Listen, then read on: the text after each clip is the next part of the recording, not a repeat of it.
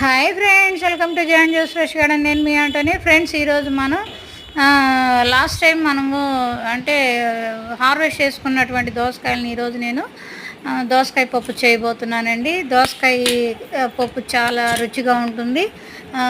ముద్దగా చేసుకొని చక్కగా నెయ్యి వేసుకొని తింటే ఎంతో రుచికరంగా ఉంటుంది. ఎన్నో పోషక విలువలు కలిగినటువంటి ఈ దోసకాయ, ఆ విత్తనాలను కూడా మనం ఎండబెట్టుకోవచ్చు. ఎండబెట్టినటువంటి వాటిని చింతకాయ పచ్చడితో కలిపి చట్నీ నూరుకుంటే చాలా చక్కగా మంచి టేస్ట్ ఉంటుంది. ఇంకా దోసకాయ చట్నీ, ఇంకా దోసకాయ టమోటా, దోసకాయ వంకాయ, ఇంకా కలగాపులంగా అన్ని కూరగాయలతో కలిపి వండుకోవచ్చు. సాంబార్లో వేసుకోవచ్చు.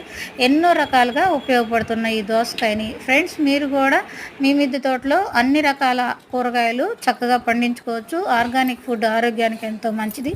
ఓకే ఫ్రెండ్స్, నా వీడియో మీకు నచ్చినట్లయితే లైక్ చేయండి, షేర్ చేయండి. కొత్తగా చూస్తున్నట్లయితే సబ్స్క్రైబ్ చేసుకోండి. Okay, thank you friends.